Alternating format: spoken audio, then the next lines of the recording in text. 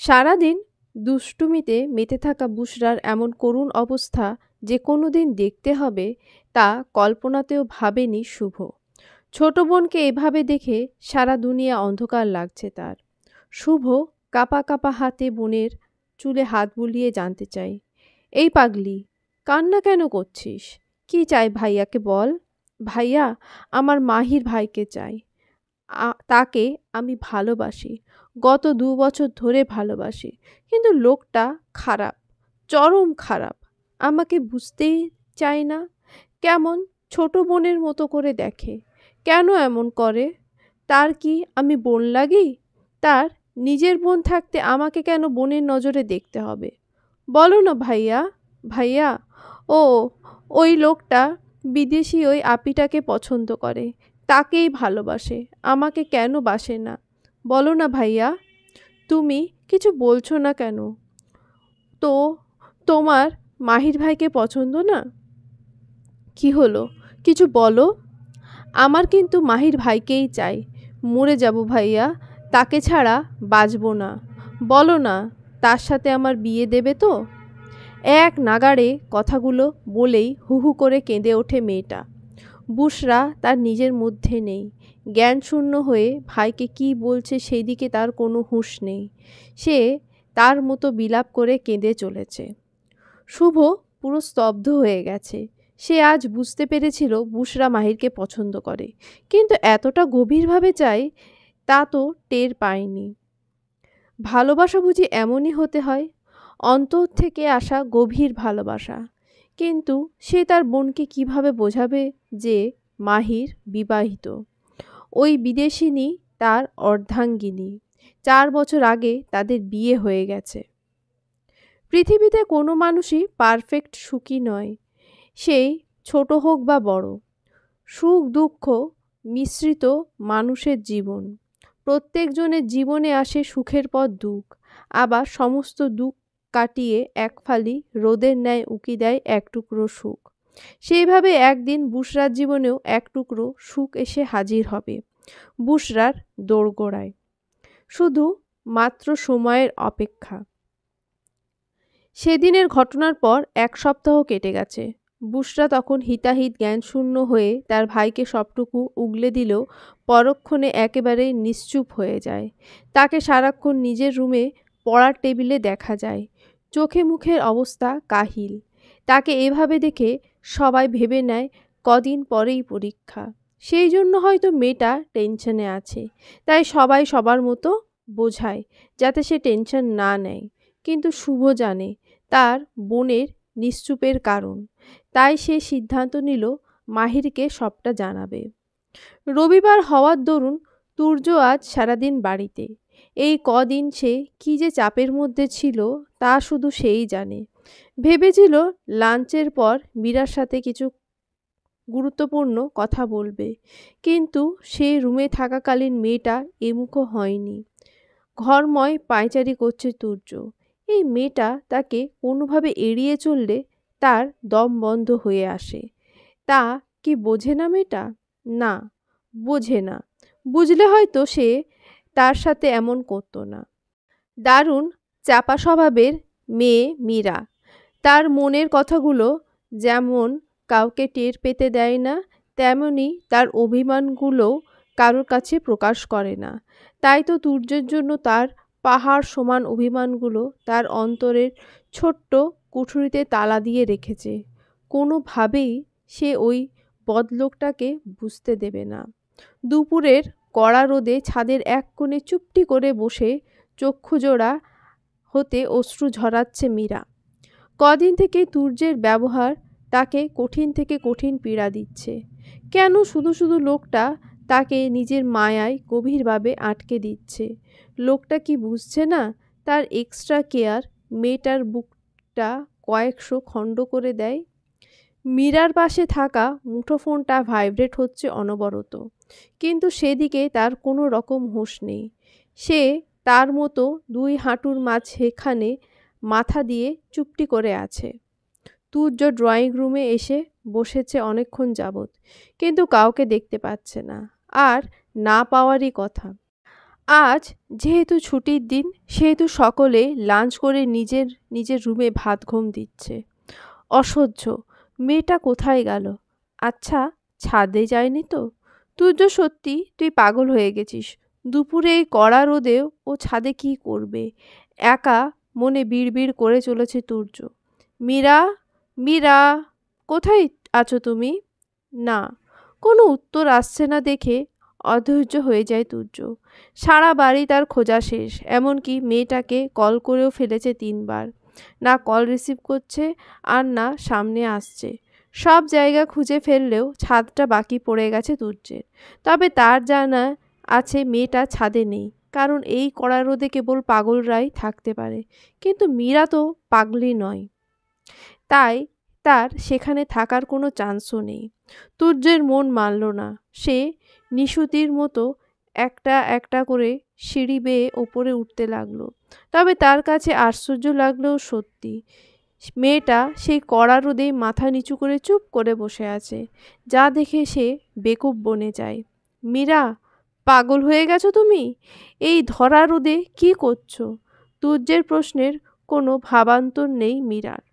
সে তার মতো আগের ন্যায় বসে আছে। এবার তুর্যের রাগ উঠে যায়। সে মীরার বাহু টেনে হাঁচকা টান দেয়, যার ফলস্বরূপ মেয়েটা কুঁকিয়ে ওঠে। আবার আকস্মিক এমন হওয়াতে একটু ভয়ও পেয়ে যায়। এতক্ষণ তার হুঁশ ছিল না, সে তো তার ভাবনাতেই মগ্ন ছিল। এভাবে হঠাৎ কে ব্যথা দিল দেখার জন্য খানিকটা ওপরে তাকায় মীরা, আর দেখতে পায় চোখ মুখ শক্ত করে তুর্য তার দিকে তাকিয়ে আছে। মীরার মুখবিবর দেখে স্তব্ধ হয়ে যায় তুর্য। মেয়েটা কাঁদছে, কিন্তু কেন? কি হয়েছে মীরা? তুমি কান্না করছো কেন? আর এভাবে রোদের মধ্যে বসে থাকার মানে কি? তুর্যর অস্থির কণ্ঠস্বর, যা শুনে বিরক্তিতে আঁখিজোড়া বন্ধ করে নেয় মীরা। অসহ্য লাগছে তার লোকটাকে। কেন তার খোঁজ করতে করতে ছাদ পর্যন্ত চলে এসেছে সে। আর তো 2 মাস মাত্র। তারপর তারপর দুজন দুজনের রাস্তায়। সে তার মতো থাকবে, আর মীরা মীরার মতো। তাহলে কিসের এত অধিকার আর এত আদিক্ষেতাই বা কি আছে? মীরা তুর্যের দিকে কিছুক্ষণ তাকিয়ে থেকে অন্য পাশে মুখ ফেরালো। তা দেখে মেয়েটার সামনে হাঁটু গেড়ে বসে পড়ল তুর্য। অতঃপর দুহাত দিয়ে তার পাতার ন্যায় মুখখানি দুহাতের মধ্যে ভরে নিল। নিচে চলো, এখানে খুব গরম।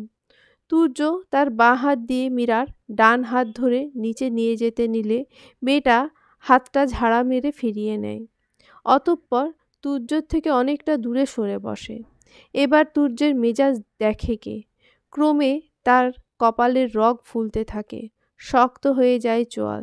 তবে সেদিকে পাত্তা দিল না মীরা।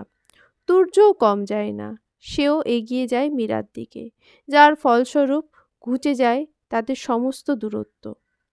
এখন আর তাদের মাঝে এক আঙ্গুল ফাঁকও নেই। এমতাবস্থায় তুর্যের শক্ত হাত আরও শক্ত হয়ে বসে মীরার গালে। অতঃপর সেভাবেই মেয়েটার মুখটা নিজের একদম কাছে টেনে আনে হিসহিসিয়ে বলে, তোর সাহস কি করে হয় আমার থেকে দূরে যাওয়ার? এই তুর্য চৌধুরীর থেকে ছাড়া পাওয়া এতটাও সহজ নয়। কথাগুলো বলার সময় তুর্য পুরু ওষ্ঠযুগল মীরার নরম গোলাপি ওষ্ঠে ছুঁয়ে ছুঁয়ে যাচ্ছে বারবার। কেঁপে ওঠে মীরা।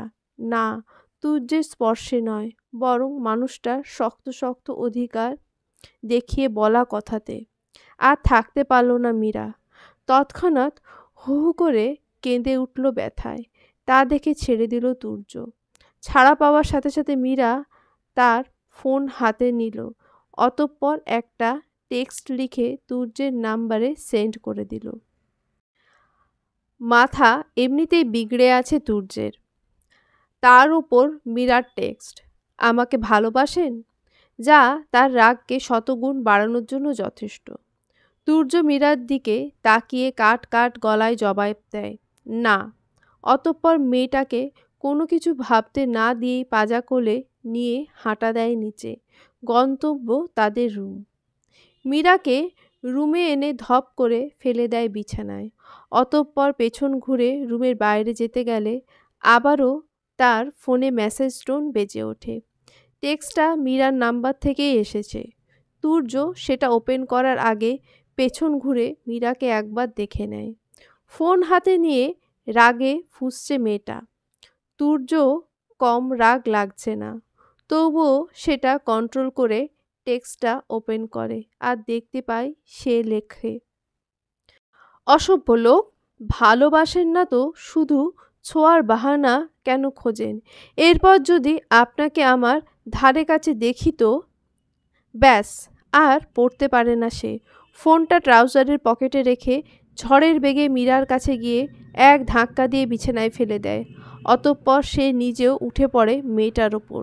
তার বলিষ্ঠ দু হাত দিয়ে মীরা দু হাত চেপে ধরে মেয়েটার ঠোঁটে ঠোঁট ডুবিয়ে দেয়। ঘটনাটির আকস্মিক ঘটাতে কিছু বুঝে উঠতে পারে না মীরা। আর যখন বুঝতে পারে ততক্ষণে তার ওষ্ঠজোড়া তুর্যের আয়ত্তে চলে এসেছে। ছটফট করে ওঠে মেয়েটা ছাড়া পাওয়ার আশায়। তার ওষ্ঠজোড়া ব্যথা করছে। লোকটা নিজের দাঁত দিয়ে মীরার নরম পাতলা গোলাপি ওষ্ঠজোড়া চেপে ধরেছে, যা সহ্যের সীমার বাইরে। না পেরে চোখ দিয়ে পানি ছেড়ে দেয় মীরা। তবুও লোকটার মাঝে কোনো ভাবান্তর নেই। তুর্য তার সমস্ত রাগ জেদ ঝাড়ছে মীরার অধর যুগলে। মগরিবের নামাজ শেষে ড্রয়িং রুমে এসে বসে আছে আহাদ সাহেব। আগামীকাল সন্ধ্যার ফ্লাইটে তিনি ফিরে যাবেন নিজের ডেরায়। বেশ কয়েকদিন থেকেছেন, আবার কি, এবার যদি না যান তবে ওনার ব্যবসা লাটে উঠবে। দুনিয়াতে কাউকে বিশ্বাস নেই। যতই বিশ্বস্ত লোকের হাতে দেখভালের দায়িত্ব দেন না কেন, মানুষটি পাল্টি খেতে সময় লাগে না। তিনি বসে বসে উসখুস করছেন, কথাটা কিভাবে ভাগ্নেকে জানাবেন। এমনিতেই ছেলেটার যা রাগ। কি হয়েছে মামা, তোমাকে এমন টেনশনে লাগছে কেন? কোনো সমস্যা? রুম থেকে বেশ পরিপাটি হয়ে বেরিয়ে এসে মামার সামনে দাঁড়িয়ে একসাথে অনেকগুলো প্রশ্ন করে মাহির। না না, কোনো সমস্যা হয়নি। তুমি কোথাও যাচ্ছ নাকি? আমি একা না, মিলিও সঙ্গে যাচ্ছে। মাহিরের এক মুখ হেসে উত্তর দেওয়া দেখে আহাদ সাহেব ফের প্রশ্ন করেন, তোমাদের মধ্যে সব ঠিকঠাক? আহাদ সাহেবের এহেন প্রশ্নে মাথা নিচু করে নেয় মাহির। অতঃপর ওভাবে দুপাশে মাথা নাড়ে। একটা দীর্ঘশ্বাস ফেলেন উনি। মাহির বেটা, মিলি মামুনি তোমাকে ভালোবাসে। একটু অভিমান করেছে অবশ্য। দেখবে তাড়াতাড়ি ঠিক হয়ে যাবে সব। তবে আমার প্রতি একা কেন? সিদ্ধান্ত তো আমাদের দুজনের ছিল। কিন্তু দেখো, নিজের বাবার প্রতি সে একদম ঠিক। যত অবিচার আমার উপর। মামার থেকে মুখ ফিরিয়ে অন্য পাশে তাকায় মাহির। ভাগ্নের অভিমান দেখে মুচকি হাসে তিনি। অতঃপর মজা সুরে বলেন, যার প্রতি ভালোবাসা বেশি তার প্রতি অভিমানের পাল্লাও বেশি হয়। মামার কথা কোনো রকম প্রতিক্রিয়া দেখায় না মাহির। আচ্ছা, তোমরা তবে যাও, রাতে তোমার সাথে কিছু কথা আছে। কথাটা বলে আহাদ সাহেব নিজের রুমে যেতে নিলে দেখেন মিলি তাদের দিকেই আসছে। মুখবিবরে তার খুশির ঝলক। মেয়ের দিকে তাকিয়ে কিছু একটা ভাবেন তিনি। অতঃপর তাদের অগোচরে মুচকি হেসে মাহিরের দিকে ফিরিয়ে মেয়েকে শুনিয়ে বললেন, মাহির বেটা, বিজনেসে কিছু সমস্যা দেখা দিয়েছে, আর্জেন্ট ফিরে যেতে হবে। আমি সব ঠিকঠাক করে ফেলেছি, কাল সন্ধ্যার ফ্লাইট। আহাদ সাহেবের কথায় স্তব্ধ হয়ে যায় মাহির মিলি দুজনে। আচমকা মুচকি হাসে মাহির। অতঃপর বলে, যেতে চাইছো যখন যাও। একদিক দিয়ে ভালোই হলো, কেউ একজন তো আমার বাড়িতে কমফোর্টেবল নয়। হয়তো তার এখানে দম বন্ধ লাগছে, অকারণে কারোর জন্য হয়তো সে বিরক্ত হচ্ছে। তার থেকে এটাই ভালো হবে, অন্তত আমার তো তাই মনে হয়। কতগুলো বলে চলে গেল মাহির। আর যাওয়ার আগে মিলিকে উদ্দেশ্য করে বলে গেল, বাইরে অপেক্ষা করছি। আহাদ সাহেব দেখলেন মাহিরের মুখের হাসি থাকলেও চোখে তার এক রাশ অসহায়ত্ব আর অভিমান। মামুনি, এখন যাও তবে। বাড়ি এসে সমস্ত কিছু গুছিয়ে রেখো। শুনলেই তো সব কালই চলে যাচ্ছি। মেয়ের গালে হাত দিয়ে বললেন তিনি। আমাকে আগে জানাওনি কেন? মিলির প্রশ্নে আহাদ সাহেব উত্তর দেন, আমি জানতাম তো তুমি বাড়ি যেতে চাইছো, তাই কিছু জানাইনি। আর হ্যাঁ, ভাবছি গিয়ে তোমার ডিভোর্সের ব্যবস্থা করব। এভাবে আর কতদিন? আর তোমার লয়ার আঙ্কেলকে জানিয়েছি এই বিষয়ে। উনি বলেছেন আমরা আগে যাই, তারপর সব ঠিকঠাক করবেন। কথাগুলো বলে চলে গেলেন আহাদ সাহেব নিজের রুমে। মিলির পুরো দুনিয়া থমকে গেছে। সে ভাবতেও পারছে না তার ড্যাডি তাদের ডিভোর্সের কথা ভাবতে পারে। তার ড্যাডি কি জানে না সে তার মাহিরকে কতটা ভালোবাসে? মিলির পা অসাড় হয়ে গেছে, কোনো মতে নড়তে পারছে না সে। এদিকে বাইরে থেকে মাহির অনবরত গাড়ির হর্ন দিয়ে চলেছে। তাড়াতাড়ি না গেলে কি লোকটা রেগে যাবে? তাকে রেখে কি একা চলে যাবে? এইসব ভাবনার মাঝে মাথাচড়া দেওয়ার আগেই মিলি হন্তদন্ত হয়ে ছুটল বাইরের দিকে। গাড়িতে হেলান দিয়ে দাঁড়িয়ে আছে মাহির। দেখে বোঝা যাচ্ছে না লোকটা রেগে আছে কি নেই, তবে তাকে দেখে মনে হচ্ছে কিছুই হয়নি। তা দেখে বুকটা হুহু করে ওঠে মিলির। লোকটা তাকে কেন কিছু বলছে না? খানিকক্ষণ আগে তো কত দুষ্টুমি করলো তার সাথে, বায়না ধরল তার দেওয়া সবুজ শাড়িটা পরার জন্য। সে তো পরেছে, তাহলে লোকটা তার দিকে তাকাচ্ছে না কেন? এইসব ভাবতে ভাবতে মাহিরের দিকে এগিয়ে যায় মিলি।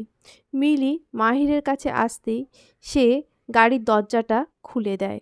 অতঃপর মেয়েটা বসতেই দরজাটা আটকে দিয়ে সে নিজেও গিয়ে ড্রাইভিং সিটে বসে গাড়ি স্টার্ট দেয়। তাদের কারোর মুখেই কোনো কথা নেই।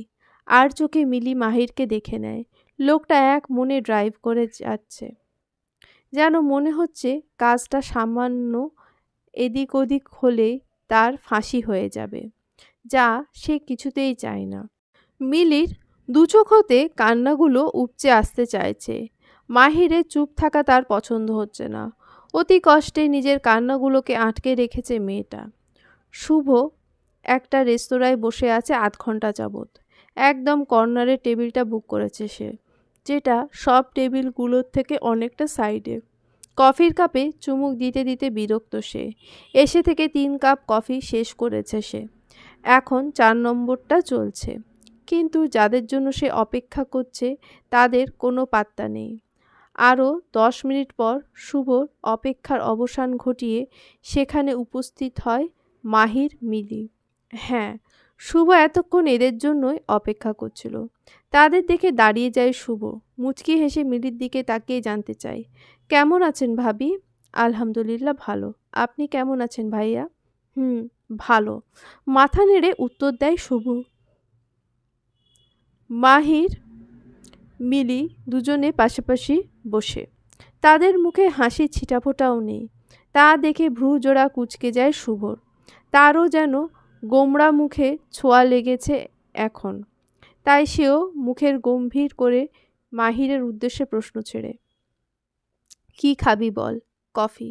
তিনজনের সামনে 3টে কফির কাপ, তবে তারা কেউ তাতে এক চুমুক পর্যন্তও দেয়নি। মাহির, তোকে আমার কিছু জানানোর আছে। হুম, শুনতেই এসেছি, তুই বল। না, তুর্য এমনটা করতে পারে না। আমার তুর্য শুধুমাত্র আমাকেই ভালোবাসে, যেমনটা আগে বাসতো। আমি সব ঠিক করে নিতে চাই সেই আগের মতো। চিৎকার করে কাঁদতে কাঁদতে বলে মারিয়া। রুমের জিনিসপত্রের বেহাল দশা করে ফেলেছে মেয়েটা। মারিয়া বেটা, এসব কী ধরনের পাগলামি নতুন করে শুরু করেছো তুমি? ভুলে যেও না তুমি এনগেজড। আর জয়কে কিন্তু তুমি নিজেই পছন্দ করেছিলে। রেগে বললেন মারিয়ার মম। প্লিজ মম, জয়কে আমার ভালো লাগে, তবে ভালোবাসি না। ভালো তো বাসি আমি আমার তুর্যকে। স্টপ মারিয়া, তুমি 2 বছর যাবৎ রিলেশনে থেকে তবে জয়ের সাথে এনগেজড হয়েছ, আর এখন বলছো তুমি অন্য কাউকে ভালোবাসো? আর সে কি না ম্যারেড? রাগে ফুঁসছে মারিয়া। তার মম কেন তার পক্ষ নিচ্ছে না? তাই সে তার মমের উদ্দেশ্যে খানিকটা চিৎকার করে বলে, তুর্য আমাকে ভালোবাসে, ওই বোবা মেয়েটাকে নয়। বুঝেছো তুমি? তুর্যকে তাকে ডিভোর্স দিয়ে দিতে বলবো। ঠাস! মারিয়ার মম নিজের রাগ কন্ট্রোল করতে না পেরে মেয়ের গালে জোরে একটা চড় বসিয়ে দেন। বেয়াদব মেয়ে, আমরা তোমাকে মানুষ করতে পারিনি। কটা মন তোমার? কতজনকে ভালোবাসা লাগে, হুম? নাকি মন বলে কিছুই নেই তোমার? একবারের জন্য কি ছেলেটা তোমাকে বলেছে যে সে তোমাকে এখনো ভালোবাসে? কি হলো, এবার চুপ করে আছো কেন? বলেনি না, আর বলবেও না, কারণ ছেলেটা তোমাকে ভুলে ওই বোবা মেয়েটাকে বিয়ে করেছে।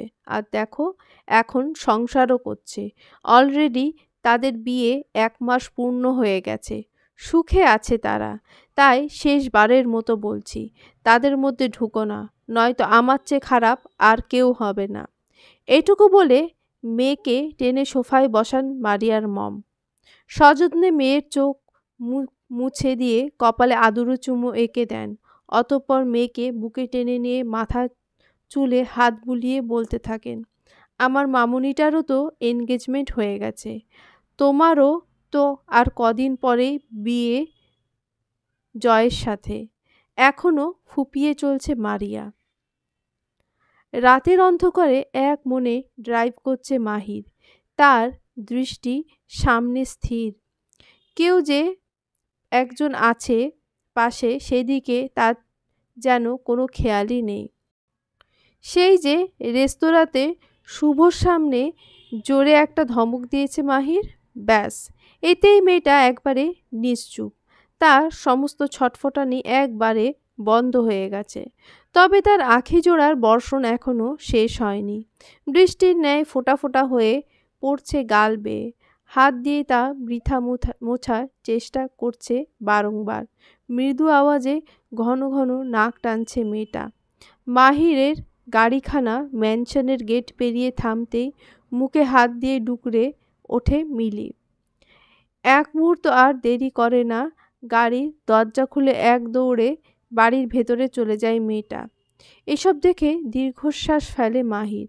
মিলি তো এমন না, তার মধ্যে রয়েছে প্রচুর ম্যাচিউরিটি। যেখানে তারা দুজন দুজনকে ভালোবাসে, এমনকি তারা দুজন স্বামী স্ত্রী, সেখানে এমন পাগলামি নিছক ছেলে মানুষই। বুশরা না হয় বাচ্চা একটা মেয়ে, তাই একটু আধটু পাগলামি করছে। আর সে তো তাদের বিষয়ে কিছুই জানেও না। তবে মেয়েটা অনেক লক্ষ্মী, সব বুঝিয়ে বললে নিশ্চয়ই বুঝবে। আর এই মেয়ে, উফ! আর কিছু ভাবতে পারছে না মাহির। তার মাথা ব্যথা শুরু হয়ে গেছে ইতিমধ্যে। মানলাম একটু বেশিই ভালোবাসিস, না না, অনেক বেশি ভালোবাসিস, তাই বলে এমন পাগলামির মানে কি জান? বিড়বিড় করে বলে মাহির। অতঃপর মনে করে রেস্তোরাঁতে করা মিলির পাগলামি। ফ্ল্যাশব্যাক। হোয়াট? কি উল্টোপাল্টা বকছিস? বুশরা আমাকে? নিশ্চয়ই জ্বর-টর বাঁধিয়ে এসব ভুলভাল বকছে। মাহিরের গলায় রাগ স্পষ্ট। মাহির, আমি না জ্বর বাঁধিয়েছি আর না ভুলভাল বকছি। তুই ভাবলি কি করে অকারণে আমার বোনের সম্পর্কে তোকে নিয়ে এইসব বলবো? ভুলে যাস না, বুশরা আমার নিজের বোন। আচমকা হু হু করে কেঁদে উঠল মিলি। অতঃপর বিলাপের ন্যায় বকতে শুরু করলো। মাহির, তুমি আমাকে ভালোবাসো না। আমি জানি। তুমি আমাকে ডিভোর্স দিয়ে বুশরাকে বিয়ে করবে। ডুকরে ডুকরে কেঁদে চলেছে মিলি। আর এই অবস্থা দেখে উপস্থিত দুজনেই কিংকর্তব্য বিমূঢ়। Flashback and. ঘড়িতে এখন 1:42। গভীর রাত। মীরা বারান্দার রেলিং ধরে দাঁড়িয়ে আছে। আকাশে অর্ধচন্দ্রকার তার রশ্মি ছড়াতে ব্যর্থ চেষ্টা করছে। তবে তার এই প্রচেষ্টা কদিন মাত্র, আবারও সে পূর্ণতা পাবে। কিন্তু মীরার এই অর্ধচন্দ্রাকার যে বেশি প্রিয়, তাই তো অপলক দেখে চলেছে সে। হঠাৎ মীরার মনে হলো তার পেছনে এসে কেউ দাঁড়িয়েছে। অস্থির হলো চিত্ত। ভীতির কারণে মৃদু কম্পন সৃষ্টি হলো নিজ কায়ায়। শুকনো ঢোক গিলে অক্ষি জোড়া বন্ধ করে আস্তে করে ঘুরে গেল পেছনে। অতঃপর পিট পিট করে তাকাতেই দেখতে পেল তুর্য চৌধুরীকে। খালি গায়ে প্রতিদিনের ন্যায় শুধুমাত্র একটা ট্রাউজার পরে পকেটে দুহাত ঢুকিয়ে মীরার দিকে ভ্রু কুঁচকে তাকিয়ে আছে। এতদিনে মীরা বুঝে গেছে লোকটা গায়ে জামা দিয়ে শুতে পারে না। এতক্ষণ যাবৎ সে গভীর নিদ্রায় নিমজ্জিত ছিল। হঠাৎ ওয়াশরুম যাওয়ার প্রয়োজন পড়লে ঘুম ছুটে যায় তার। কদিনের অভ্যাস অনুযায়ী বন্ধ আঁখি জোড়ার পাতা উন্মুক্ত করে সোফার দিকে তাকায়, যেখানে মেয়েটা ঠোঁট ফুলিয়ে ঘুমে বিভোর থাকে প্রত্যেকটা রজনী। তবে আজ এই মুহূর্তে নেই দেখে তুর্য ভেবে নেয় সে এখন ওয়াশরুমে। তাই চোখ বুজে বিছানার ওপর বসে অপেক্ষা করতে থাকে মীরার বেরোনোর। কিন্তু না, মেয়েটা তো বেরোচ্ছে না। প্রায় 15 মিনিট হতে চলল তুর্য অপেক্ষা করছে মীরার বেরোনোর। আর সম্ভব নয়। হন্তদন্ত হয়ে ছুটল ওয়াশরুমের দরজার দিকে। এক ধাক্কা দেবে এমতাবস্থায় তার চোখ যায় দরজার ছিটকানির দিকে, যেটা বাইরে থেকেই লাগানো। তাতে ভ্রু জোড়া কুঁচকে যায় তুর্যের, তবুও কোনো কিছু না ভেবে ঢুকে যায় ভেতরে। আর এখন অত কিছু ভাবার সময় নেই। নিজেকে হালকা করা অতি প্রয়োজন। তুর্যকে এভাবে দেখলে হাজারো লাজেরা এসে ভিড় করে মীরার মাঝে। প্রমাণস্বরূপ তার কর্ণজোড়া ও কপলজোড়া রক্তিম বর্ণ ধারণ করে। এখনও তার ব্যতিক্রম হলো না। মীরা তার দৃষ্টিজোড়া এদিক সেদিক করতে থাকে। তা দেখে মুচকি হাসল তুর্য। কি ব্যাপার, তুমি এত ব্লাশিং করছো কেন? বাই এনি চান্স তুমি কি আমাকে দেখে এভাবে লজ্জা পাচ্ছ? তুর্যের করা এহেন প্রশ্নে হকচকিয়ে ওঠে মেয়েরা। এই লোক চরম লেভেলের ঠোঁটকাটা, সাথে চরম লেভেলের অসভ্যও বটে, যা সে এই কদিনে ভালোভাবে টের পেয়েছে। এক ছুটে মীরা সেখান থেকে পালিয়ে যেতে নিলে তার একটা হাতের কবজি খপ করে ধরে নেয় তুর্য। আমার ঘুমের 12টা বাজিয়ে এখন কোথায় যাচ্ছ হুম? ভ্রু জোড়া নাচিয়ে বলে তুর্য। চলো, আমার চুল টেনে দেবে। যেমন তুমি আমার শান্তির ঘুমকে টাটা করেছ, তেমনি তুমি আবার ওয়েলকাম করবে। বলেই টেনে নিয়ে গেল তুর্য মীরাকে বিছানায়। তুর্য মীরাকে এখানে খাটের মাঝখানে বসিয়ে দেয়। অতঃপর তাকে অবাক করে দিয়ে তার কোলে মাথা রেখে অক্ষি জোড়া বন্ধ করে শুয়ে পড়ে। নাও, একটু জোরে টানবে। তুর্যের হুমকি জারি করা দেখে মনে মনে মুখ বাঁকায় মীরা। অনিচ্ছা সত্ত্বেও লোকটার চুলের মধ্যে হাত ডুবিয়ে দেয়। অতঃপর সিল্কি চুলগুলো ধরে আস্তে আস্তে টানতে থাকে।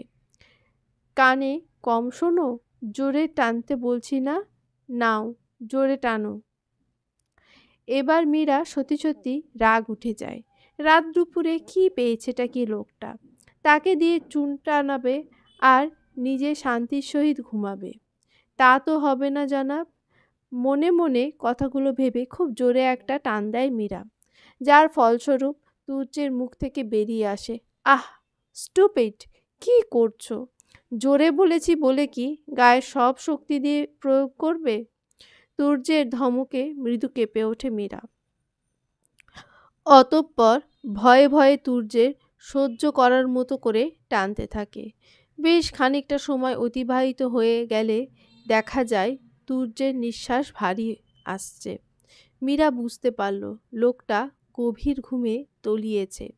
মীরা তুর্যের মাথা ধরে বালিশে দিতে গেলে বাধে বিপত্তি। তার আগেই তুর্য ঘুরে গিয়ে নিজের মুখ তার পেটে গুঁজে দুহাত দিয়ে শক্ত করে জড়িয়ে ধরে তার কোমর। চারিদিকে নানা রকম পাখিদের কোলাহল শুনে ঘুম ভেঙে যায় মাহিরের।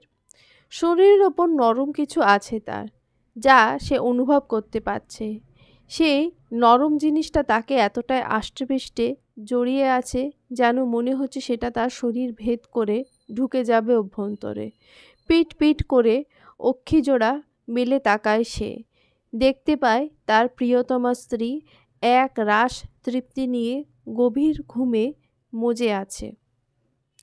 আগেও তো অনেকবার এই আদুরে বেড়াল ছানাটাকে বুকে জড়িয়ে ঘুমিয়েছে সে।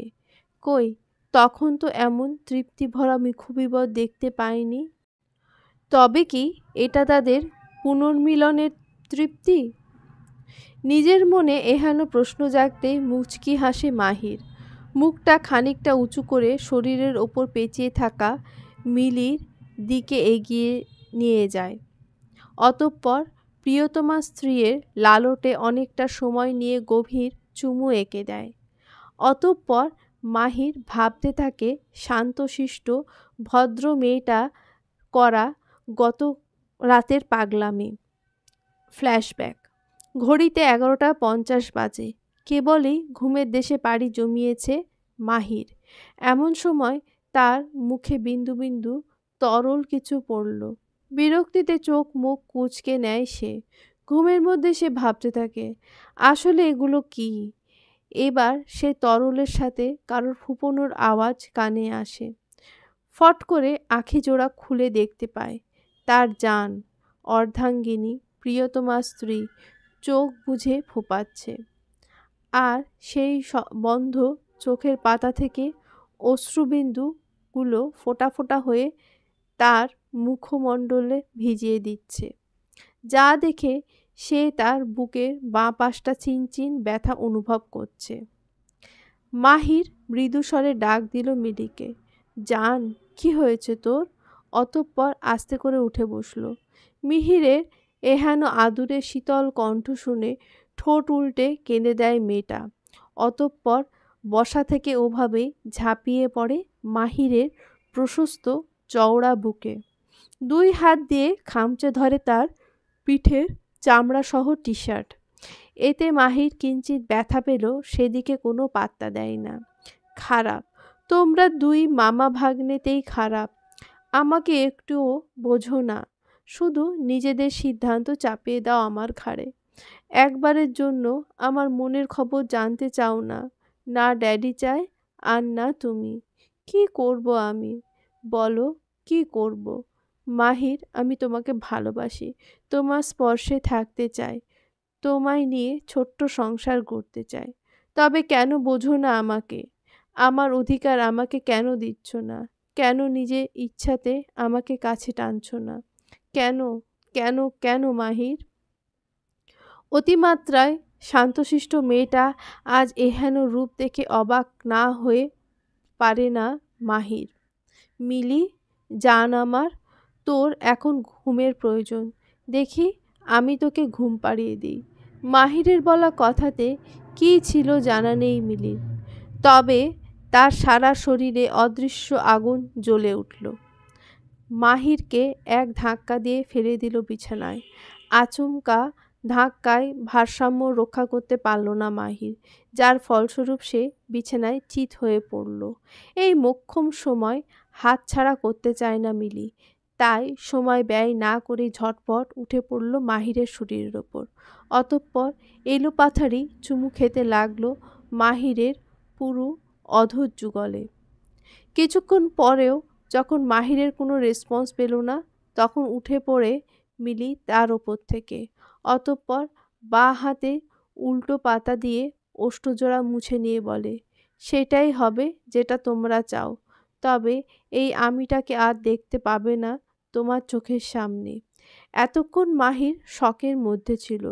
মিলিকে এই প্রথম নিজে থেকে এতটা কাছে পেয়ে অবাকের চূড়ান্ত পর্যায়ে পৌঁছে গিয়েছিল কিছুক্ষণের জন্য। তবে হুঁশ ফিরে মিলির বলা কথায়। মিলি চলে যেতে নিলে তার হাতে টান পড়ে, কিন্তু মেয়েটা সামনে থেকে পেছনে ঘোরে না, ওভাবেই ঠায় দাঁড়িয়ে থাকে। মাহির এবার মিলির হাত ছেড়ে দুহাত দিয়ে তার কোমর আগলে ধরে, ঘনিষ্ঠ হয় আরেকটু। অতঃপর তাকে টেনে নিজের কোলে বসায়। এলোমেলো চুলগুলো আলতো হাতে ঠিক করে দেয়। অতঃপর প্রিয়তমা স্ত্রীর কানের কাছে মুখ নিয়ে গিয়ে মোহনীয় কণ্ঠে বলে, ওটা আমার না, শ্বশুরমশাইয়ের প্ল্যান ছিল। তার এখন নাতি নাতির সাথে খেলার শখ জেগেছে কি না? মিহির মিলির কাঁধে নাক ঘষে চলেছে অনবরত। অতঃপর ওইভাবেই বলে, কেমন একটা চুটকিতে সব কিছু ঠিক হয়ে গেল। আসলেই আমার মামাটা না জিনিয়াস, বুঝলি? মিহিরের কথা শুনে মিলির রাগের মাত্রা আকাশ ছুঁয়ে গেল যেন। তাই সে মাহিরের কাছ থেকে ছাড়া পাওয়ার জন্য মুচড়ামুচড়ি শুরু করে দিল। মাহির, ছাড়ো, আমার ঘুম পেয়েছে। এক টানে মাহির মিলিকে পেছন থেকে সামনে ঘোরায়, মাথার পেছনে চুলের ভাঁজে এক হাত রাখে আর এক হাত কোমরে রেখে অতঃপর একটু ঘনিষ্ঠ হয়ে বলে, একটু আগেই না বললি আমি যেটা চাই সেটাই করবি? তবে কেন আমার চাওয়াটা অপূর্ণ রেখে চলে যাবি? নিজের বেলায় 16 আনা আর আমার বেলায় 1 আনাও না? দ্যাটস নট রাইট জান। মাহিরের কথার পিঠে কিছু একটা বলতে যাচ্ছিল মিলি, তবে তাকে আর সেই সুযোগ দিল না মাহির। তার আগেই তার শক্ত অধর যুগল মেয়েটার নরম অধরে ডুবিয়ে দিল। এই কার্য কিছুক্ষণ যাবৎ চলার পর সেই তার অর্ধাঙ্গিনীর কপালে কপাল ঠেকায়। বড় বড় নিঃশ্বাস প্রশ্বাস নেয় দুজনেই। জান, হুম, মে আই? উত্তরে মিলি কিছু বলতে না পারলেও কাজে ঠিকই বুঝে দিয়েছিল। তার নরম 2 হাত দিয়ে শক্ত করে ধরল তার ভালোবাসার পুরুষটিকে। ডুব দিল তারা ভালোবাসার অতল সমুদ্রের মাঝে। মিশে গেল তারা দুজন দুজনাতে। Flashback and. মিলির ঘুম ভাঙছে না দেখে মাহির আস্তে করে কানে ফিসফিস করে বলে, এই মিলি, উঠে পড় জান। আজ না তোরা ইউএস ফিরে যাবি? মাহিরের কথায় ফট করে আক্ষি পল্লব মেরে ধরলে মেয়েটা। কিয়ৎক্ষণ গোল গোল চোখ করে তাকিয়ে থাকে তার ওপর ঝুঁকে থাকা মাহিরের দিকে। মানুষটা কেমন মিটিমিটি হাসছে তা দেখে মিলিও ঠোঁটের কোণে বাঁকা হাসি এনে মুখটা উঁচু করে মাহিরের বুকের বাঁ পাশটায় জোরে কামড় বসায়, যার ফলস্বরূপ মাহিরের মুখ থেকে আহ শব্দটা বের হয়ে আসে। রাস্তার পাশ দিয়ে এক মনে হেঁটে চলেছে বুশরা। এই রাস্তায় মোটর বাইক, সাইকেল আর হাতে গোনা কয়েকটা ব্যক্তিগত গাড়ি চলে মাত্র। তবে লোকজনের অভাব নেই। কারোর না কারোর আসা যাওয়া লেগে আছে। আজ সে এসেছে কলেজে অ্যাডমিট কার্ড নিতে। ড্রাইভারকে বলেছে সে আজ একাই বাড়ি যাবে। তবে ড্রাইভার এই বিষয়ে না মানলে তাকে একটা ধমক দিতে ভোলে না বুশরা। তাই আর কথা না বাড়িয়ে ড্রাইভার তাকে দিয়ে বাড়ি চলে গেছে। কই, ড্রাইভার তো এখনও এসে পৌঁছায়নি। তার মানে বুশরা, তোর ধমকে কাজ হয়েছে। কথাটা বিড়বিড় করে বলতেই অধৈর্যগলে হাসি খেলে যায় বুশরার।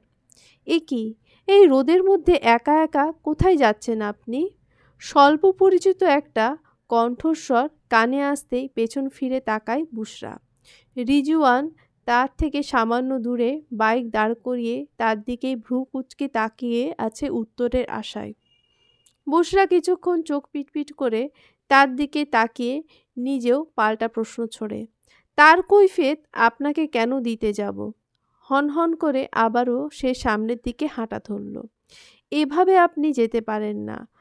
আমি আপনাকে যেতে দেব না। বাইক থেকে নেমে রিজুও হাঁটা ধরল বুশরার পেছনে।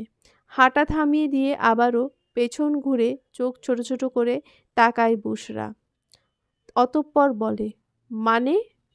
মানে আমার মানে আমার একটা দায়িত্ব আছে না? আপনি আমার প্রিয় স্যারের ছোট বোন বলে কথা। আপনাকে কিভাবে একা ছাড়ি বলুন? তাছাড়া দিনকালের যা অবস্থা, আল্লাহ না করুক রাস্তায় যদি কোনো বিপদ হয় আর স্যার যদি শোনেন আমি আপনাকে দেখেও একা ছাড়িয়ে দিয়ে চলে গেছি, তাহলে স্যার খুব রাগ করবেন, যা আমি একদমই চাই না। এই ছেলের কথা শুনে বুশরা নিজের মাথা নিজেই ফাটাতে ইচ্ছে করছে। এই ছেলে কি তাকে কোনো বাচ্চা ভাবছে? না, এই ছেলেকে কিছু কড়া কথা শোনাতে হবে। যেই ভাবা সেই কাজ। যেই না মুখ খুলে কিছু বলতে যাবে তার আগেই সেখানে পরিচিত একটি গাড়ি এসে থামে আর সেই গাড়ি থেকে নেমে আসে মাহির। সে বুশরার সাথেই কথা বলতে এসেছে একান্তে। আজ সকালে শুভ তাকে ফোন দিয়ে জানায় যে মেয়েটা আজ কলেজে যাবে। আর এই সুবর্ণ সুযোগটা মাহির কোনোভাবে হাতছাড়া করতে চায়নি। মাহিরকে দেখা মাত্র বুশরার অন্তরটা হু হু করে কেঁদে ওঠে।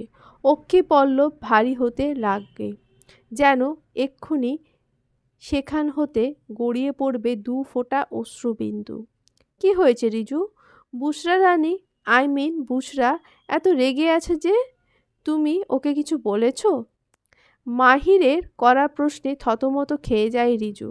সঙ্গে অল্প ভয়ও পেয়ে যায়, পাছে মাহির স্যার তাকে কিছু বলে না বসে কিনা। তাই সে আমতা আমতা করে বলে, আসলে স্যার আমি মানে ম্যামকে বলছিলাম একা একা কোথাও না যেতে। মানে আমি ম্যামের ভালোই চাইছিলাম, কিন্তু ম্যাম আমার ওপর অকারণেই রেগে গেছেন। রিজুর কথা বলার ভঙ্গি দেখে মাহির বুশরা দুজনেই তাদের ভ্রু জোড়া কুঁচকে নেয়। তুমি বুশরাকে কি বলে ডাকলে? গভীর সুরে প্রশ্ন করে মাহির। ম্যাম। কেন? ইনি তুর্য স্যারের বোন হন। ভয়ে ভয়ে উত্তর দেয় রিজু। লাইক সিরিয়াসলি রিজু, তুমি একজন হবু ডাক্তার হয়ে কলেজ পড়ুয়া একটা মেয়েকে ম্যাম সম্বোধন করছো, তাও কিনা তোমার থেকে পিচ্চি একটা মেয়েকে? বুশরা ওর নাম, আজ থেকে নাম ধরে ডাকবে, মনে থাকবে? শেষের কথাটা মাহির ধমকের সহিত বললে রিজু তাড়াতাড়ি ঘাড় কাত করে উত্তর দেয়, হুম। কি হুম হ্যাঁ? আবারও তাকে ধমক দেয় মাহির। হুম মানে মনে থাকবে। গুড, ওকে। তবে তুমি এখন যেখানে যাচ্ছিলে সেখানে যাও, আমি বুশরাকে বাড়ি দিয়ে আসব। রিজু চলে গেলে মাহির লক্ষ্য করে বুশরার মুখটা নিমেষে মলিন হয়ে গেছে। গোপনে একটা দীর্ঘশ্বাস ফেলে সে।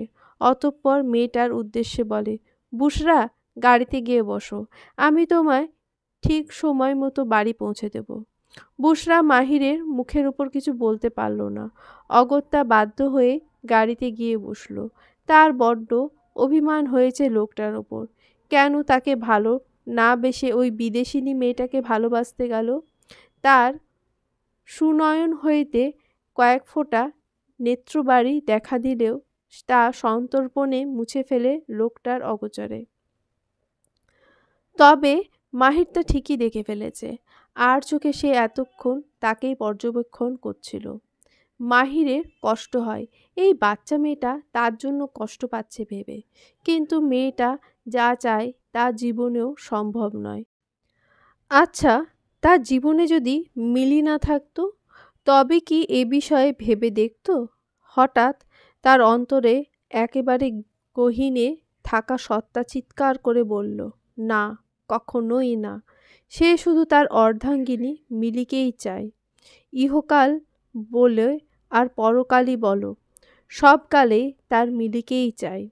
মাহিরের গাড়ি এসে থেমেছে একটা আইসক্রিম পার্লারের সামনে। সেদিকে বুশরার কোনো খেয়ালই নেই, সে আছে তার ভাবনায় ডুবে। হঠাৎ মাহিরের ডাকে তার ভাবনায় ছেদ ঘটে। নড়ে চড়ে বসে মেয়েটা। অতঃপর বাইরের দিকে তাকালে আপনা আপনি তার ভ্রু জোড়া কুঁচকে যায়। আজ খুব গরম লাগছে, গলাটাও শুকিয়ে কেমন কাটখাট অবস্থা।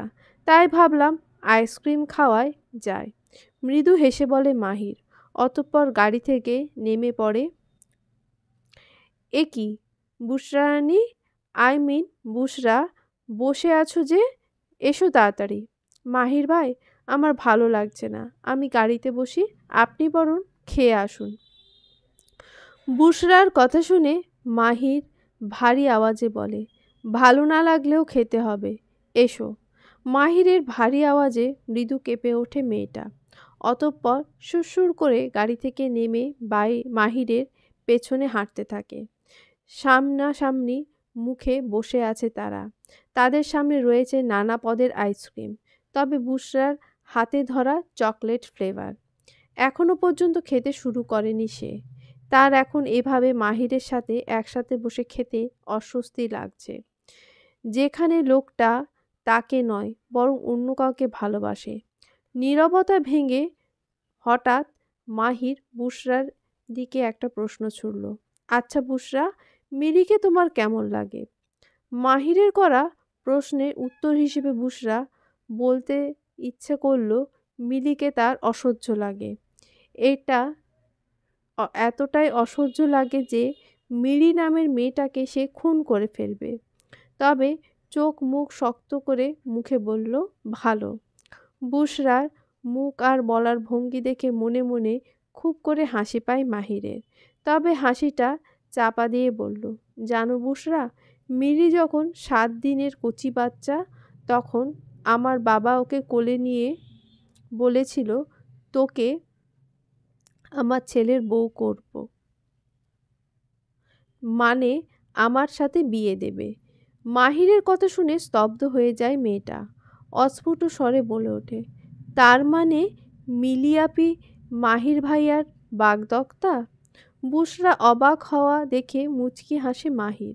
অতঃপর আবারও বলতে শুরু করে, তখন ছোট থাকলেও জানতাম মিলির সাথে আমার বিয়ে হবে। তবে সেদিকে পাত্তা দিতাম না, কারণ আমি জানতাম আমার জিনিস আমারই থাকবে।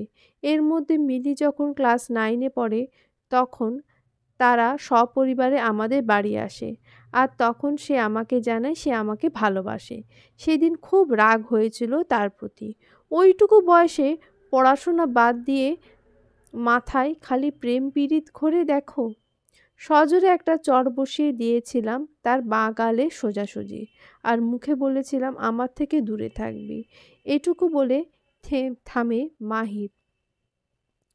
অতঃপর বুশরার দিকে এক নজর বুলিয়ে নেয়, দেখে মেয়েটা তার দিকে অবাক হয়ে তাকিয়ে আছে। মাহির থেমে গেলে বুশরা একটা ঢোক গিলে বলে, তারপর?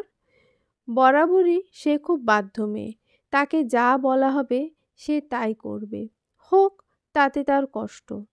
তারপর থেকে তারা যখন আমাদের বাড়ি আসতো সে আমার থেকে দূরত্ব বজায় রেখে চলতো। আমি নিজে থেকে কথা বলতে গেলে এড়িয়ে চলতো। তখনই বুঝেছিলাম মেয়েটার রাগ কম, অভিমান বেশি। এভাবে কিছু বছর চলার পর আমার মামি, মানে মিলির মা, একটু বেশি অসুস্থ হয়ে পড়েন। ওনার শেষ ইচ্ছা ছিল আমাদের বিয়েটা দেখে যাওয়া। তাই হলো।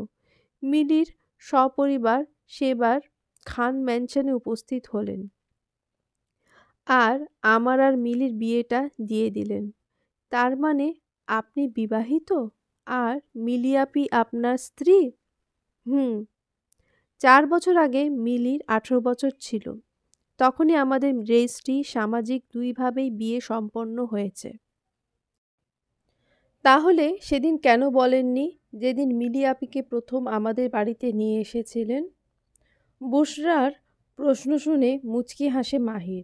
অতঃপর উত্তর দেয়, ওটা মিলির শর্ত ছিল। সে আমার উপর বেশি অভিমান করেছিল কি না? বিয়ের পরও তো তাকে আমি নিজের কাছে রাখিনি, জোর করে তাকে ইউএস পাঠিয়ে দিয়েছিলাম। মিলি চেয়েছিল সে আমার সাথে থেকে এখানে নিজের পড়াশোনা চালিয়ে যাবে, কিন্তু সেটা আমি কিংবা মামা আমরা কেউই তা চাইনি। মাত্র কিছু বছরের ব্যাপার। তারপর সে তার পড়াশোনা সম্পূর্ণ করে একবারে আমার কাছে চলে আসবে। কিন্তু না, উল্টে মেয়েটা আমাকে ভুল বুঝলো। তাকে নাকি আমি সহ্য করতে পারি না। তখন তার মার মৃত্যু খুব নিকটে ছিল বলে বিয়েতে না করতে পারিনি, ব্লা ব্লা ব্লা। কিন্তু মেয়েটা আজও জানে না তাকে আমি তার আগে থেকে ভালোবাসি। মাহির ভাই, মিলির আপির মা কি তখনও বেঁচে ছিলেন? না, আমাদের বিয়ের 3 দিন পর মারা যান। মাহির ভাই, আপনি কি করে এমনটা করতে পারলেন সদ্য মা হারা আপিটার সাথে? বুশরা তখন, আমি পরিস্থিতির শিকার ছিলাম। আমি চাইনি কোনো দিন মিলির এটা মনে হোক আমার কিংবা আমার বোনের জন্য তার কেরিয়ার নষ্ট হয়েছে। তখন আমিও ভালো ছিলাম না। বাবার মৃত্যু এবং আমার কলিজার মুখের কথা হারিয়ে ফেলাতে ডিপ্রেশনে থাকতাম সবসময়। বাবা, দাদা, দাদির একমাত্র সন্তান হওয়ার ফলে বাবার অকাল মৃত্যু দাদিজান সহ্য করতে পারলেও দাদাজান পারেননি। বাবার মৃত্যুর শোকে কাতর ছিলেন। আমার বিয়ে ৩ মাস আগে স্ট্রোক করে মারা যান তিনি। সব মিলিয়ে একদম ভালো ছিলাম না। এক দাদিজান ছাড়া এখানে আমাদের পাশে দাঁড়ানোর মতো কেউ ছিল না। আমার শক্তি ছিল আমার দাদিজান, আর আমার বুদ্ধি আমার মামা। মুহূর্তে মাহিরের চোখের কোণে জল জমা হয়। মাহির ভাই, আপনার দাদি নেই, চলে গেছে ১ বছর আগেই, আমাদের ২ ভাই-বোনকে ফাঁকি দিয়ে। সময় যাচ্ছে জলের মতো। ব্যস্ত শহরে সকলে নিজ নিজ কাজে ব্যস্ত। এভাবে কেটে গেছে আরও ১.৫টা মাস। মিলির ড্যাডি ফিরে গেছেন সেদিনের সন্ধ্যার ফ্লাইটে। ওনার পরপরই ফিরে গেছে শুভ। তার সাথে মাঝে মাঝে মীরার কথা হয় মেসেজে, কিন্তু সেটা তুর্যর অজান্তে। শুভ মীরার মাঝে বন্ধুত্ব ব্যতীত অন্য কোনো সম্পর্ক নেই। সেদিনের পর থেকে বুশরা একেবারে স্বাভাবিক আচরণ করে সবার সাথে, শুধু বদ্ধ করে একলা ফেলে শুধুই দীর্ঘশ্বাস। তবে মেয়েটা বাস্তবতা মানে, পারে পরিস্থিতি সামলে থাকতে। তাই তো শুভ বোনকে ছেড়ে যেতে পেরেছে। মাহির মিলি চুটিয়ে সংসার করছে, সেই সঙ্গে তাদের খুনসুটি। কেবল স্বাভাবিক হতে পারেনি মীরা। মেয়েটা কেমন দোটানার মধ্যে রয়েছে। আসলে সে বুঝতে পারে না তুর্য কী চায়। আর বেশি দিন দেরি নেই, কটা দিন মাত্র, তারপর দুজন দুজনের পথে। আচ্ছা, তুর্যকে ডিভোর্স না দিলে কি লোকটা খুব বেশি রাগ করবে? তাতে কি, সে কিছুতেই দেবে না। তুর্য তাকে ডিভোর্স দিক, তাতে তার যায় আসে না, কিন্তু সে নিজে দেবে না, কক্ষনো না। মীরার ভাবনার মাঝে তার ফোনটা টুং করে আওয়াজ তুলল। ফোনটা হাতের মধ্যে নিয়ে দেখল শুভ টেক্সট এসেছে, কিন্তু সেটা ওপেন করল না সে। তার মন মেজাজ কোনোটাই ভালো নেই এখন। কি হয়েছে? সমস্যা কি? এত রাতে একজন বিবাহিত পুরুষকে কল করিস কোন আক্কেলে? শালা, দেখোস যে ফোন উঠাচ্ছি না, তবুও আবার কবার কল করা লাগে? রাগে গজগজ করতে করতে বলে মাহির। সারাদিনের কাজের ব্যস্ততার পরে রাতে কেবলই বউকে কাছে টেনেছে, কিন্তু না, সেটা তার প্রাণপ্রিয় বন্ধুর সহ্য হয়নি। তাকে তো এখনই কল দিতে হবে। এমন বন্ধু থাকলে শত্রুর প্রয়োজন হয় না, ভাবে মাহির। আহ, এত রাগছিস কেন? আর হ্যাঁ, আমি তো শালা না, বরং তুই আমার সম্বন্ধী। সো সেটা মাথায় রাখিস, বলে তুর্য। ফালতু না বকে কল কেন করেছিস সেটা আগে বল। এখনও রেগে আছে মাহির।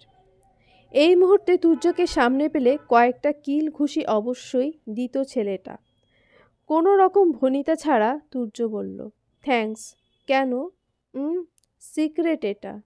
তুর্যের এহেন কথায় মুচকি হাসে মাহির। তার এতক্ষণের রাগটা আচানক কোথায় চলে গেল সেটাই ভাবছে মিলি। সে এতক্ষণ মাহিরকে দেখছিল আর মিটিমিটি হাসছিল। লোকটা তার কাছে আসলেই কেমন অস্থির হয়ে পড়ে। বেশ কিছুক্ষণ তুর্য সাথে কথা বলে মাহির। ততক্ষণে মিলি অন্য পাশ ফিরে ঘুমের দেশে পাড়ি দিয়েছে। মাহির ফোন রেখে মিলির দিকে তাকিয়ে দেখে তার প্রিয়তমা স্ত্রী গভীর ঘুমে মগ্ন। এই মেয়েটা এত ঘুম আসে কোত্থেকে? আল্লাহ মালুম। অগত্যা সেও স্ত্রীকে টেনে বুকে জড়িয়ে ঘুমানোর বৃথা চেষ্টা করে, কিন্তু না, তার চোখে এখন ঘুম জিনিসটা কিছুতেই ধরা দেবে না। তাই সে বাধ্য হয়ে মিলিকে ডাকতে থাকে, এই মেয়ে, ওঠ বলছি। একটুর মধ্যে কিভাবে কারোর ঘুম আসে? মাহির, আমি এখন ঘুমোবো, আমার ঘুম পেয়েছে ভীষণ। তুমিও ঘুমাও, এসো আমি ঘুম পাড়িয়ে দিই। বলেই মিলি চোখজোড়া বোজা অবস্থাতেই মাহিরের বুক থেকে নেমে বালিশে মাথা রেখে দুহাত দুদিকে প্রসারিত করে। আহ, কি নিদারুণ আহ্বান! এমন সুন্দর আহ্বান কোনো স্বামী নাকচ করার সাধ্য আছে? নেই তো। মাহিরও পারল না, এগিয়ে গিয়ে নিজের মাথা রাখল আপন নারীর পক্ষে। এ কি, তার তো ঘুম আসছে না, বরং তার চিত্ত আরও চঞ্চল হয়ে উঠছে। সমস্ত কায়া তার মিশে যেতে চাইছে তার প্রিয় কামিনীর সাথে। অগত্যা সে তার আপন নারীটির শ্রবণেন্দ্রিয়র পথে ফিসফিস করে বলে, কিছু না করে সুন্দরী বউয়ের বুকে মাথা রেখে ঘুম দেওয়া, উফ, সেটা আমার কাছে যায় না জান। বলেই সে মিরির অধরযুগল তার অধরে ডুবিয়ে দেয়। আচমকা এমন হওয়াতে ঘুম ছুটে যায় মিলির।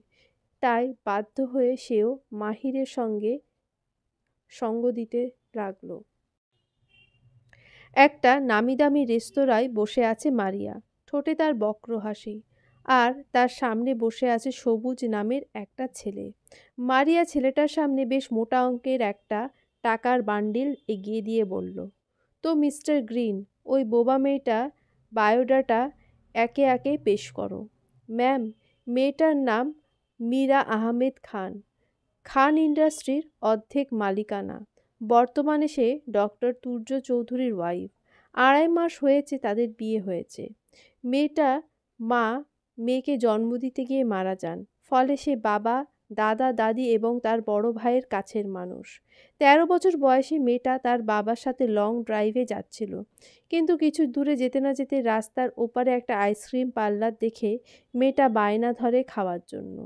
মেয়েটার বাবা তাকে গাড়িতে বসতে বলে নিজে আইসক্রিম আনতে গেলে কিছুক্ষণ বাদেই মেয়েটা অধৈর্য হয়ে গাড়ি থেকে নেমে পড়ে।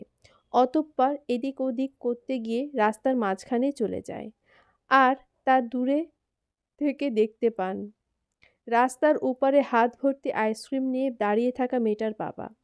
মেয়েকে রাস্তার মাঝখানে চলে আসতে দেখে কোনো কিছু তোয়াক্কা না করে ত্বরান্বিত রাস্তা পার হতে যান তিনি। আর সেই সময় মাল ভর্তি একটা ট্রাক এসে বিকট শব্দে ওনাকে ধাক্কা দিয়ে চলে যায়।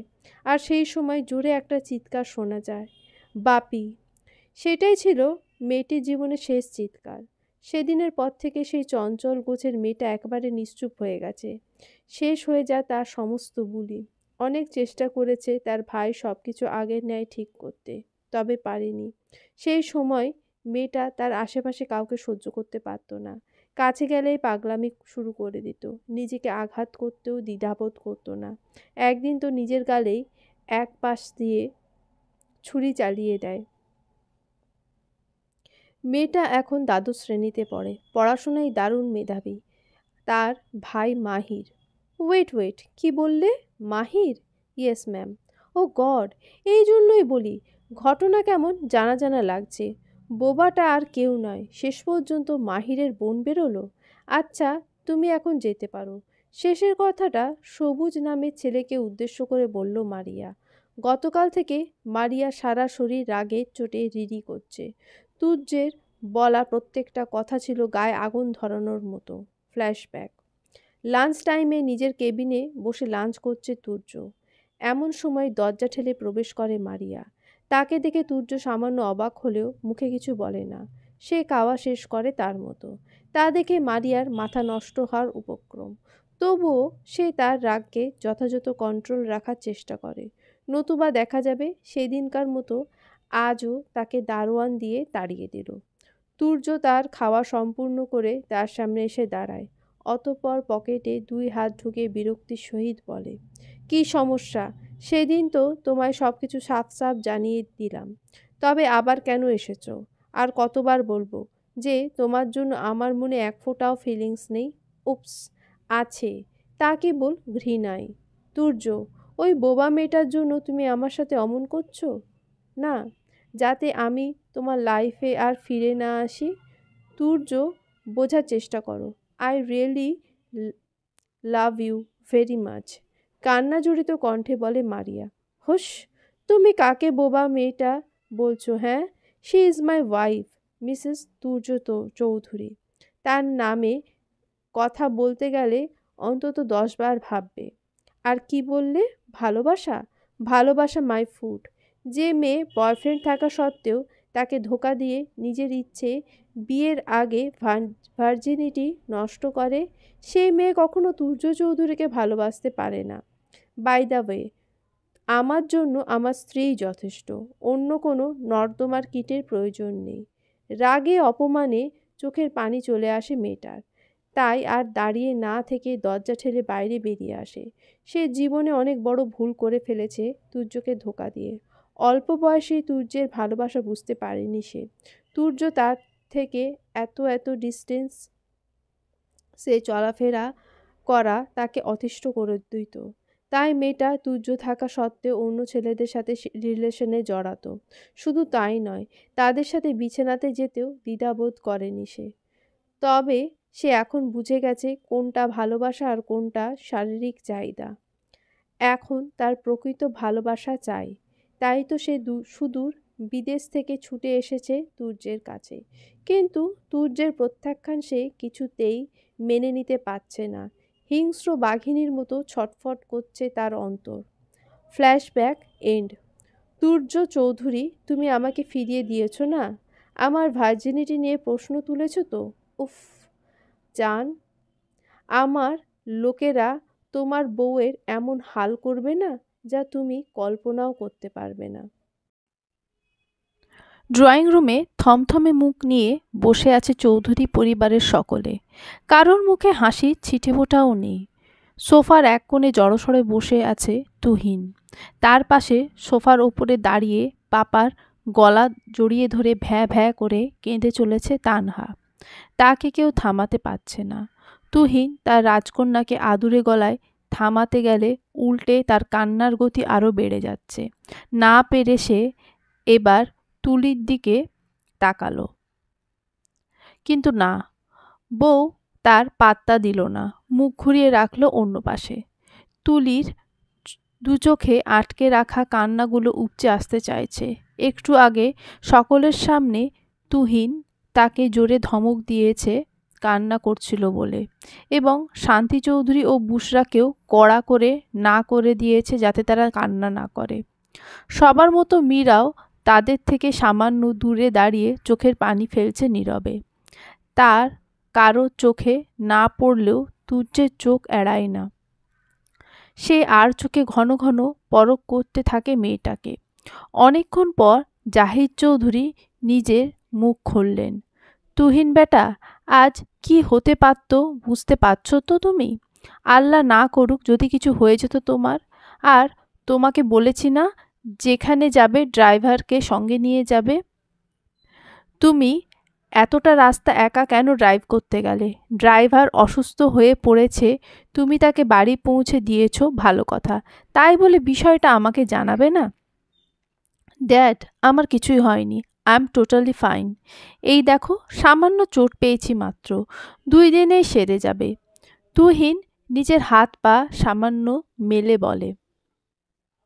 জাহিদ চৌধুরীর একাধিক ফ্যাক্টরি আছে। সেগুলোর মধ্যে শহরের বাইরে যেটা অবস্থিত সেখানে কিছু সমস্যা দেখা দিয়েছিল, যার কারণে জাহিদ চৌধুরী ওনার বড় ছেলেকে সেখানে পাঠান। কিন্তু তুহিনের ড্রাইভার হঠাৎ অসুস্থ হয়ে পড়লে তুহিন তাকে তার বাড়িতে পৌঁছে দিয়ে একাই চলে যায় সেখানে।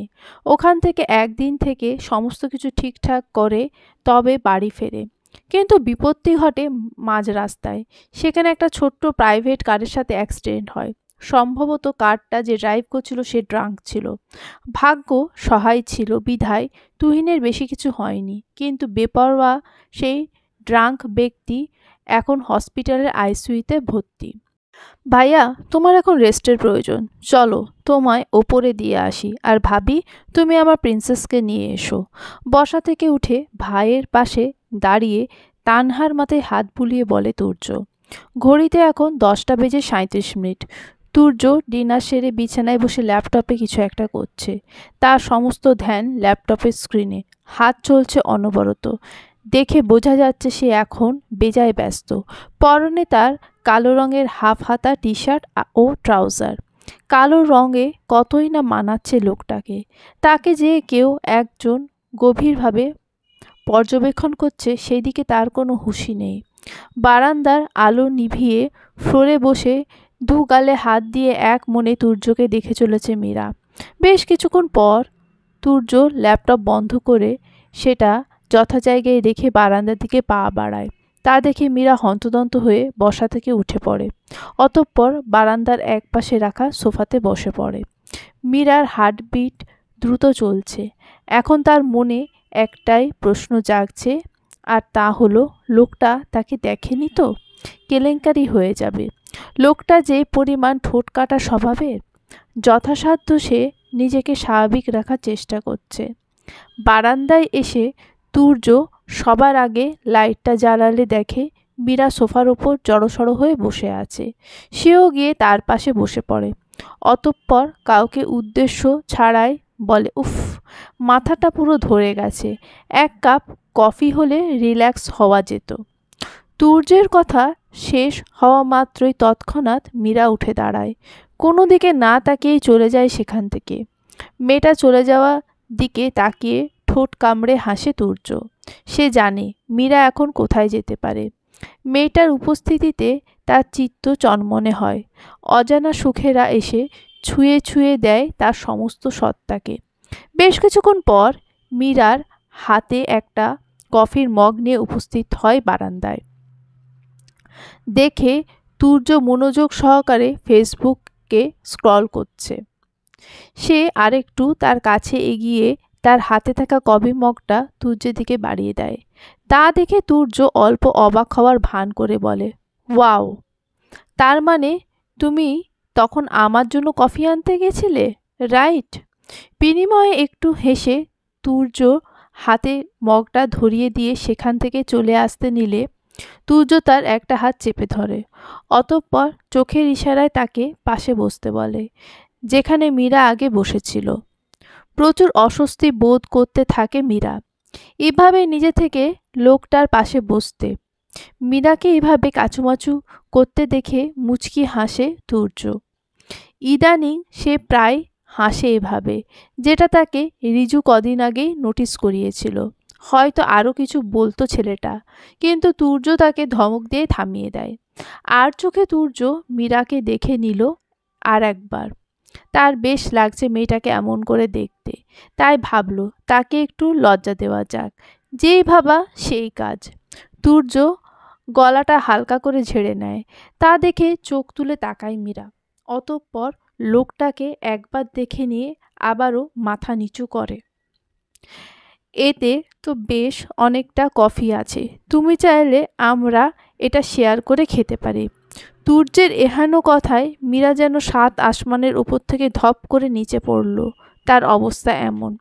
বলে কি লোক, যে কিনা সামান্য বেড শেয়ার করতে পারবে না, সে কিনা কফি শেয়ার করে খাওয়ার কথা বলছে, আবার কিনা কফি মগ একটা। স্থির দৃষ্টিতে অবাক হয়ে তুর্যের দিকে তাকিয়ে আছে মীরা। তা দেখে হো হো করে হেসে ওঠে তুর্য। অতঃপর হাসি থামিয়ে বলে, ওকে, খেতে হবে না, তবুও তুমি আমার দিকে এভাবে তাকিয়ে থেকো না, ভয় লাগে তো। শেষের কথাটা অতিমাত্রায় আহ্লাদে হয়ে বলে তুর্য। তুর্যের হাসি মুখটা অনেক বেশি ভালো লাগছে মীরার কাছে। সে তো এই প্রথম লোকটাকে এভাবে প্রাণ খুলে হাসতে দেখল। অসম্ভব সুন্দর সেই হাসি। আচ্ছা, ছেলেদের হাসিও বুঝি এমন সুন্দর হয়? কই, কালে কালে কবিরা তো কোনো ছেলের হাসির সৌন্দর্যের বর্ণনা করেনি, তাতে কি সে করবে তার তুর্যের চাঁদি ঝরা হাসির। মীরার ভাবনার মাঝে তুর্যর ফোনে কল ঢোকে। তুর্য উঠে গেল না, বরং সেখানে বসে কলটা রিসিভ করলো। হ্যাঁ মিস্টার শর্মা, বলুন। সব ঠিকঠাক তো? অন্য পাশ থেকে। 3 মাস তো হতে আর দেরি নেই। হ্যাঁ হ্যাঁ, আর কটা দিন বাকি। অন্য পাশে। কোনো সমস্যা হবে না, ও বিষয়ে আগে থেকেই কথা বলে নিয়েছি, সেই শুরুতেই। আবার অন্য পাশে। আচ্ছা, আপনিও ভালো থাকবেন। ফোনের অন্য পাশের ব্যক্তিটি কে এবং তিনি কি বললেন তা কিছুই শুনতে পেল না মীরা। তবে সে নিজের মতো বুঝে নিল তুর্য ফোনের অন্য পাশের ব্যক্তিটির সাথে তাদের ডিভোর্সের প্রসঙ্গে কথা বলল। মীরার পক্ষে এখানে দাঁড়ানো এবার অসম্ভব হয়ে গেল। তুর্য হাসি মুখে মীরার দিকে ফিরে সোজা হয়ে বসে কিছু বলতে নেবে, তার আগেই সে কোনো কিছু তোয়াক্কা না করে আচমকা উঠে দাঁড়িয়ে এক ছুটে পালালো সেখান থেকে। এদিকে মীরার হঠাৎ এহেন আচরণে বেকুব বনে যায় তুর্য। একটা পাতলা চাদর মুড়ি দিয়ে সোফায় শুয়ে পড়েছে মেয়েটা। অন্যদিন মেয়েটা যে কতবার নড়ে চড়ে ওঠে তা লেখার বাইরে, কিন্তু আজ একদম নিশ্চুপ হয়ে পড়ে রয়েছে। কথায় আছে না, অল্প শোকে কাতর আর অধিক শোকে পাথর। মীরার ক্ষেত্রেও ঠিক তাই হয়েছে। কোনো মেয়েই চায় না স্বইচ্ছায় ডিভোর্সি তকমাটা নিজের সাথে জড়াতে, তবে মীরার ক্ষেত্রেও বা আলাদা কেন হবে? সেও তো একটা মেয়ে, সেও পাচ্ছে না, কি করে পারবে? সে যে লোকটাকে ভালোবাসে, হয়তো কোনো দিনও তা সামনাসামনি প্রকাশ করার সুযোগ পাবে না, তবুও তাকে জানাবে। হ্যাঁ, মীরা ডিসাইড করে ফেলেছে, তার অন্তরে তুর্য চৌধুরীর জন্য যে গভীর প্রণয় আছে তা লোকটাকে জানাবে। চলবে।